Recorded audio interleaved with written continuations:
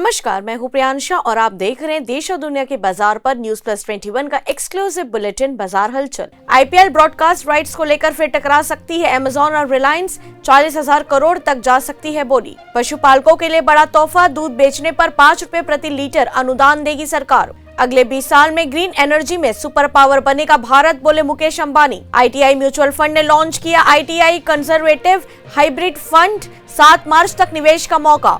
Dollar के मुकाबले रुपया 21 पैसे की मजबूती के साथ 74.63 के भाव पर पहुंचा। टाटा हाउसिंग मालदीव में करेगी 270 करोड़ रुपए का निवेश। फार्मेसी और वेलनेस के आईपीओ को मिली सेबी की मंजूरी, दोनों 8,000 करोड़ जुटाएंगी।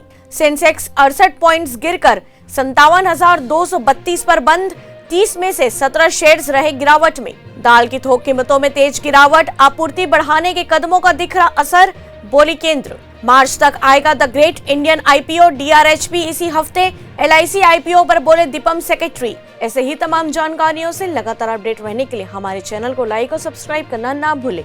नोटिफिकेशन के लिए बेल आइकन जरूर दबाएं। देखते रहिए न्यूज प्लस 21, आपके हक की बात।